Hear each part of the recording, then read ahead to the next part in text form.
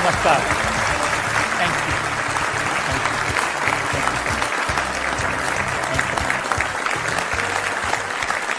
आपकी अदालत में आपका स्वागत है। आज हमारे मेहमान हैं देश के सबसे लोकप्रिय धर्मगुरु, सबसे पॉपुलर कथावाचक, समाज सुधारक, बहुत यंग एज में जिन्होंने पूरी दुनिया में ख्याति प्राप्त की। इन्हें दुनिया जानती है बागेश्वर सरकार के नाम से। मैं आमंत्रित कर रहा हूं पंडित धीरेन्द्र कृष्ण शास्त्री को।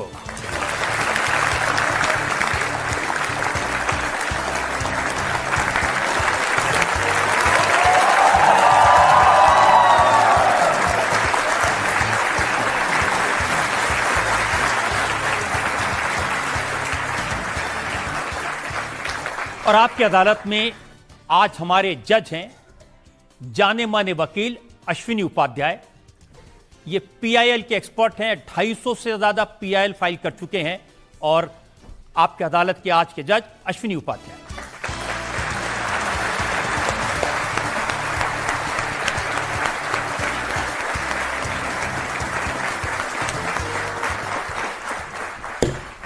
शुरू करें कार्यवाही। और इससे पहले कि पहला इल्जाम लगे पंडित धीरेन्द्र शास्त्री पर, एक नजर डालेंगे उनके जीवन पर।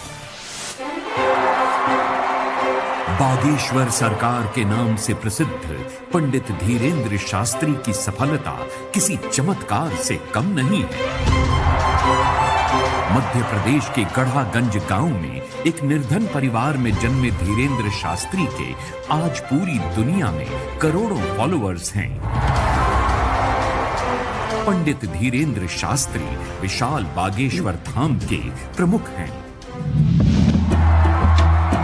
बागेश्वर धाम के बालाजी को पंडित धीरेन्द्र शास्त्री ने महाराष्ट्र में भी स्थापित किया है।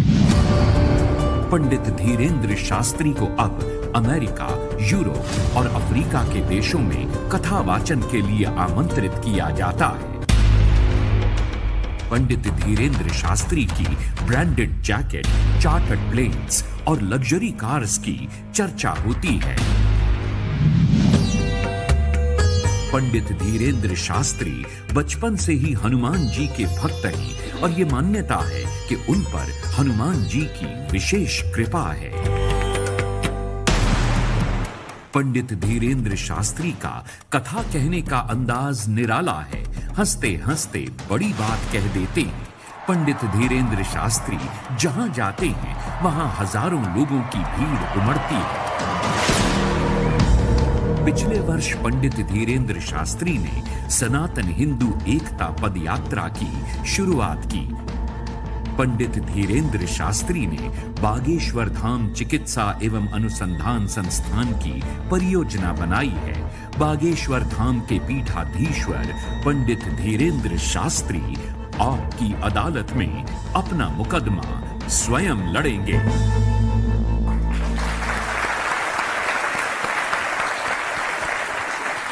तो आइए शुरू करते हैं आज का मुकदमा।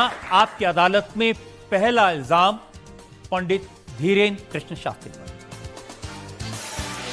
आपकी अदालत में बागेश्वर धाम के प्रमुख पंडित धीरेन्द्र शास्त्री पर इल्जाम है कि ये बहुत नटखट हैं।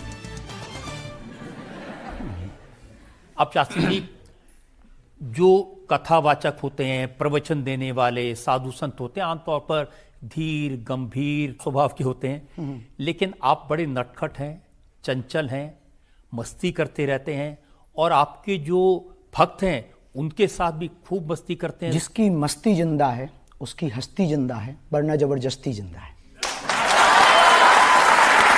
हमारे जीवन में हमें ना आसक्ति है ना अनासक्ति है, ना मोह है ना निर्मोह है, ना हम बैरागी हैं ना गृहस्थी हैं वर्तमान में। तो भगवान की कृपा से जैसा जीवन है, सबकी अपनी अपनी प्रवृत्तियां होती। स्वभाव में साधु में गंभीरता भी होनी चाहिए, चंचलता भी होनी चाहिए, पर जिंदगी को आनंद की तरह जीना चाहिए। इसलिए हम मस्ती के साथ जीते हैं, परवाह नहीं करते कि लोगों को क्या टेंशन है, क्योंकि हम टेंशन लेने नहीं आए, कुछ लोगों को देने आए। तो ये जो आपका चंचल स्वभाव है, ये जो मस्ती है, ये अभी एक्वायर किया है, बचपन से ही ऐसे हैं? जन्मजात, और शायद पिछले जन्म का याद नहीं है, लगभग ऐसे ही रहे होंगे। हम ऐसे ही हैं। उसके पीछे कारण है कि हमने अपनी जिंदगी में, हमारे गुरु से एक बात हमने सीखी। हमारे गुरु ने कहा था कि सीरियस देखना है तो अस्पतालों में जाओ, सीरियस लोग तो अस्पतालों में मिल जाते हैं। जिंदगी एक संघर्ष की कहानी है, जिंदगी एक ऐसी जुबानी है जिसको जीना है और खुलकर जीना है। ऐसे जीना है कि कोई हमारे जीवन को आए तो इतनी खुली किताब हो, कोई भी आकर के पढ़ जाए। तो जब बचपन में शरारत करते थे तो स्कूल से डांट भी पड़ती होगी? हमारे टीचर हमको बहुत प्यार करते थे, बचपन से ही हनुमान जी की कृपा, गुरु जी का आशीर्वाद, तो हमको बहुत, हमारे जो टीचर थे, और अद्भुत बात है हम दुनिया के इतने विचित्र विद्यार्थी हुए कि जिन टीचर से हमने पढ़ा है उनको ही हमने सिद्धि पाने के बाद चेला बनाया। उनका पर्चा बना दिया आपने? उनका पर्चा बना दिया। पर्चा बनाया सो तो ठीक है, उनके अंदर वो भाव जगा। उन्होंने कहा कि वो बात अलग है कि आप हमारे विद्यार्थी रहे, पर हमारी इच्छा है कि आप हमको मंत्र दीक्षा दो। तो पहले हम यस सर करते थे, अब गुरु पूर्णिमा पे वो हमको जी गुरु जी करते। अब हम ये तो कह नहीं सकते कि आशीर्वाद चेला, तो हम कहते हैं अब आप ही हो। लेकिन मैं सुना कि बचपन में काफी अभावों से गुजरना पड़ा, मुश्किल का सामना करना पड़ा। हमारे मस्ती का एक ये भी कारण है, क्योंकि हमारा जीवन बहुत अभाव में गुजरा, जीवन बहुत विचित्र संघर्ष में गुजरा। आज भी संघर्ष है, और संघर्ष होना चाहिए। संघर्ष कोई बुरा नहीं है। जो मुस्कुरा रहा है निश्चित उसको दुखों ने पाला होगा। जिसके सितारे चमक रहे हैं जरूर उसके जीवन में बहुत अंधेरा रहा होगा, तब आज उजाला होगा। हमने अपनी ज़िंदगी में जो भी बचपन काल गुजारा, बहुत विचित्र तरीके से गुजारा। तो कभी कभी कोशिश करते हैं कि वो बचपना ना आए बाहर, पर कोशिश करने के बाद भी वो रुकता नहीं है, वो बचपना बाहर निकल आता है। तो जीवन ऐसा था कि भोजन की भी व्यवस्था नहीं, वस्त्र की भी व्यवस्था नहीं, एक ही कपड़े में 2-2 साल रहना पड़ता था। भोजन के लिए भी गांव में घर घर जाना पड़ता था, तब कहीं चावल मिलता था, कहीं आटा मिलता था, उससे फिर माँ भोजन बनाती थी। हमसे छोटी एक बहन, हमारा भाई भी था, तो हम बड़े थे घर में। पिताजी हमारे कुछ करते नहीं थे, आज भी नहीं करते। तो गांव घर घर जाकर के जो परिस्थितियाँ झेली, मुसीबतें, हमें कहानी आज भी याद है कि हमारे गांव में एक हमारे पड़ोसी को ट्रैक्टर आया, तो उन्होंने हमको 1 रुपया पर दिन के हिसाब से इस बात के लिए रखा कि आप हमारे हावर्स गिनो, खेती के लिए जब ट्रैक्टर जाए तो कितने घंटे ट्रैक्टर चला है, तो आप घंटे गिनो कौन से खेत में कितने घंटे चला है। पढ़ने लिखने में थोड़े से ठीक ठाक थे, तो वही लिखाई करते, शाम को आते तो 1 का सिक्का मिलता था। उस वक्त पार्ले जी छोटा वाला आता था, फिर वो खरीद के लाते थे। 2 बिस्कुट बहन ले लेती थी, 1 बिस्कुट भाई ले लेता था, उसको खा लेते थे, दिन निकाल लेते थे। तो मेला बगल में खजुराहो है हमारे यहाँ, मेला लगता था, मेला में नहीं जा पाते थे, तो माँ से कहते थे बाकी बच्चे पपीरा लाए हैं, कोई डमरू लाए हैं, हमको भी जाना है, तो कोई उधार देता नहीं था, ले जाता नहीं था। तो ये जो जितने संघर्ष रहे, अंधेरी रातें नहीं, आज लोगों को जरूर चमकता हुआ दिखाई पड़ रहा बागेश्वर धाम, बागेश्वर बाबा, महंगे चार्टेड या गाड़ियाँ, पर जीवन में जितनी अंधेरी रातें हमने गुजारी उसको हम भूले नहीं। तो हमारा बचपना मरा नहीं, उसको दबाया गया, खुद से ही दबाया, किसी ने नहीं दबाया, हमने खुद को ही दबाया। भाई के लिए, बहन के लिए, माँ के लिए, समाज के लिए, हिंदुओं के लिए, हिंदुत्व के लिए। फिर अब जैसे ही यहाँ पहुँचे थोड़ा हौस आया, तो अब लगता है कभी कभी कि कोशिश करें कि वो दिन देख लें। कभी क्रिकेट खेलने का मन करता, कभी मौज मस्ती करने का मन करता, पर ऐसा कभी कोई कृत्य नहीं करते जिससे हिंदुओं को नीचा देखना पड़े। देखिए, ये बात ठीक है, थोड़ा बहुत मौज मस्ती करना, लेकिन अब तो आपकी लाइफ बिल्कुल बदल गई है। अनंत अंबानी की शादी करने के लिए स्पेशल प्लेन से आप ऑस्ट्रेलिया से आए। बुलाए कोई तो हमें क्या बुलाया, आपने बुलाया सो हम आपकी अदालत आ गए। वो बात अलग है कि आपने चार्टर्ड नहीं भेजा है, तो ये आपकी कमी है, हमारी कोई कमी नहीं है। हमको तो कोई बुलाए, हम तो साधु हैं। वो बहुत प्रिय हैं, वो बहुत प्यारे। उन्होंने जो कार्य किया अभूतपूर्व किया, अपनी विवाह परंपरा को, मांगलिक काज को, उत्सव को महोत्सव बनाया और सनातन संस्कृति के साथ मनाया। इस देश में अमीर बहुत हैं, पर ऐसी अमीरी होनी चाहिए जिसमें साधु भी हो, देश का नेता भी हो, देश का अभिनेता भी हो, पर संत भी हो, महंत भी हो, आदर भी हो, सत्कार भी हो, त्योहार भी हो, उत्सव भी हो। हमें ये बात उनकी जची है। और हमारे बहुत प्रिय भी हैं। उन्होंने कहा कि आपको आना है, और उन्होंने फ़ोन लगाया कि हम तब तक दूल्हा नहीं बनेंगे जब तक दादा कहते, तो जब तक आप आओगे नहीं। हम कहा हम ऑस्ट्रेलिया में हैं, हमारी कथा है, कथा छूट जाएगी तो दक्षिणा भी नहीं मिलेगी, बड़ी आफत हो जाएगी। तो उन्होंने कहा कि आप टेंशन न लो, आपकी कथा पे हम भेजेंगे। तो हम चौंक गए, हम कहा कैसे भेजेंगे? उन्होंने फिर बड़ी वाली चीड़ गाड़ी भेज दी। हमने हवाई जहाज़ का नया नाम रखा चील गाड़ी। तो उन्होंने बड़ी बड़ी चीड़ गाड़ी भेजी, उसमें हम बढ़िया सोते चले आए, उसी में नहाने की व्यवस्था थी। गजब की हवाई जहाज़ थी। हम तो भगवान से कह रहे कि ऐसी हर बार भेजें जो हमको बुलावें। अब आपने नहीं भेजी है वो आपकी कमी है।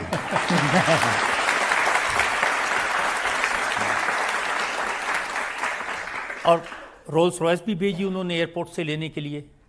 वो दूसरी बार में वो बनतारा गए थे, तो बनतारा में वहाँ पर एक छोटा सा क्रम था, अनुष्ठानिक क्रम था, तो वहाँ गए थे।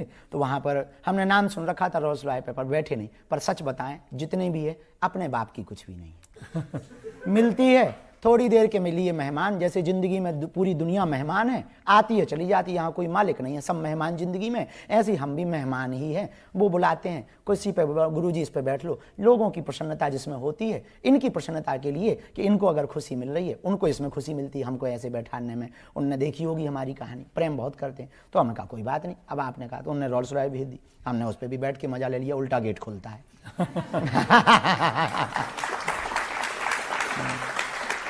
लेकिन आप किस स्टाइल में रहते हैं उसकी कुछ तस्वीर मैं लोगों को दिखाना चाहता हूं। दिखा दो।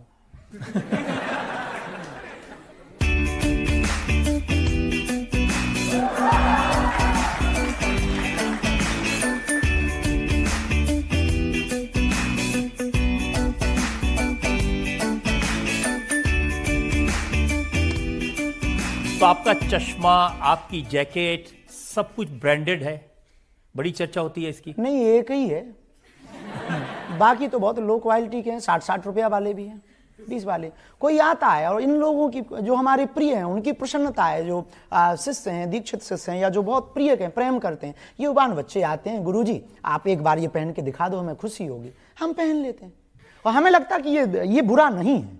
इसलिए बुरा नहीं कि हमने ना तो कभी संन्यास लिया, ना हम साधु हैं। और जब साधु नहीं है, ना हमने ऐसी कोई घोषणा की, तो ये पहनना बुरा नहीं है। जब इस देश में बलात्कार करने वाला करोड़ों के मकानों में रह सकता, नाचने वाला अरबों खरबों के बंगले और गाड़ी में रह सकता, देश में गद्दारी करने वाला, घूस लेने वाला व्यक्ति इस देश में बड़े बड़े बंगलों में, बड़ी बड़ी गाड़ी में रह सकता, तो एक साधु को कोई दे दे और वो चश्मा पहन ले तो वो जी सकता है। यार ये कोई बुराई नहीं है। हाँ, हमारी आसक्ति भी नहीं है, अनासक्ति भी नहीं है, अपेक्षा भी नहीं है और मना भी नहीं। हमें अपेक्षा भी नहीं कि चश्मा ही हो, अपेक्षा ही नहीं है कि रोल्स रॉयल हो। हम बैलगाड़ी पे गए, पर ये किसी ने खबर नहीं दिखाई। हम महाराष्ट्र में बैलगाड़ी पर गए, वहां पर पूरा कीचड़ मच गया था, नहीं थी जाने की व्यवस्था। हम बैलगाड़ी पर कथा करने गए, वो खबर किसी ने नहीं दिखाई। हम साइकिल पर चले, वो खबर किसी ने नहीं दिखाई। इस देश में बहुत कार्य हमने किए, वो किसी ने खबर नहीं दिखाई। पर चश्मा क्या पहन लिया, जैकेट क्या पहन ली, सबने चर्चा कर ली। इसका कारण क्या है कि आप जैसे अपनी कथा में क्या कहते हैं, लगा के आग दौलत में हमने ये शौक पाले, हमने शौक पाले हैं। और कोई पूछे तो कह देना कि बागेश्वर वाले हैं। हाँ, तो दौलत तो दूसरों की आग लगा रहे हैं आप। नहीं, पहली बात तो लगा के आग दौलत, लगा के आग शोहरत में, लगा के आग दौलत में हमने ये शौक पाले हैं। कोई पूछे तो कह देना हम बागेश्वर वाले। इसका मंतव्य ये है, पहनते हैं, अपना नहीं मानते। हम यहाँ बैठे हैं पर ये अपना नहीं है, इस जगत में है, अपना नहीं है, निर्मोह है। मिल जाए आओ तो वेलकम, ना आओ तो भीड़ कम। तो जो आरती में कहते हैं कि तेरा तुझको अर्पण, क्या लागे मेरा, हाँ, तो उसमें कोई संदेह ही नहीं है। अब किसी की भावनाओं को ठेस नहीं पहुंचा सकते ना। कोई आया है बड़े श्रद्धा भाव से, तो उसकी भावनाओं को कैसे ठेस पहुंचाएं।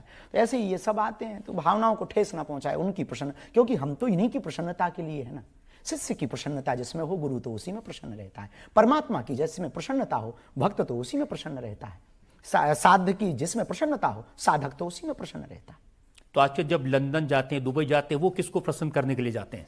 वो हिंदुओं को प्रसन्न करने के लिए, वहां पर रहने वाले भारतीयों को प्रसन्न करने के लिए, वहां पर रहने वाले मूल परंपरा के लोगों को प्रसन्न करने के लिए, वहां पर रहने वाले अंग्रेजों को आकर्षित करने के लिए, कि तुम हमारे यहां आए, अब हम तुम्हारे यहां आए, तो आओ भाई साहब, वेलकम टू यू। तो क्या बुराई है? हमें नहीं लगता कि ये बुराई, जाना ही चाहिए, साधु को जाना चाहिए, ताकि हमारी परंपरा का प्रचार हो, हमारी संस्कृति का प्रचार हो। पर एक बात हमारी पक्की है, विचार भले ही नए लेकर चलते हैं, संस्कार पुराने लेकर चलते हैं। लेकिन मैंने ये भी सुना कि लंदन में एक बाथरूम में अटक गए आप काफी देर। ये खबरें पता नहीं कहां कहां से खोजते आप। वो अच्छा, हमें गांव के आदमी पहली बार जब लंदन गए, 9 घंटे की हवाई जहाज, पूरे संकोच में रहे कि कुछ उल्टा सीधा खा पी ना लें, कहीं गड़बड़ ना हो जाए, अंग्रेजी नहीं आती है, अब कैसे काम चलेगा, एक ये नया लफड़ा। तो अंग्रेजी का फिर जाके सेंटेंस सीखा, एक सेंटेंस में अपन ने पूरी देशों की यात्रा कर ली। I can not speak in English but I understand your feeling.